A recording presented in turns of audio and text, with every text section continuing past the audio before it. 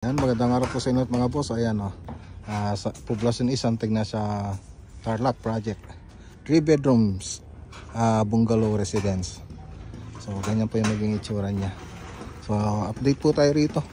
So nagasinta na po tayo rito. Tapos yung iba naglalagay na po ng para sa lintel beam po natin.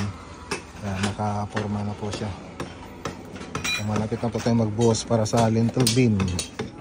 Tapos pagkatapos yan, siyempre naman tayo, asinta. Tapos para dun sa roof beam naman yung susunod.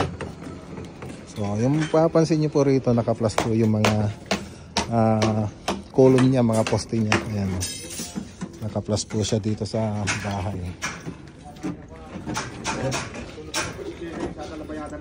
Ayan, ito yung dirty kitchen. Tapos dito yung toilet, ang guest toilet, kitchen, dining, tsaka living room. Tapos ito yung master bedroom. So prepare na po nila yung yung mga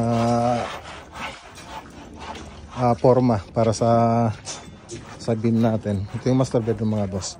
Walk-in closet, tapos toilet and bath, master bedroom.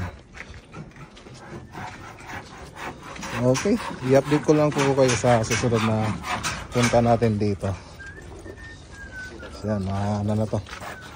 Halos magkasabay lang po sila nung something na yung Alaminos project. Alright.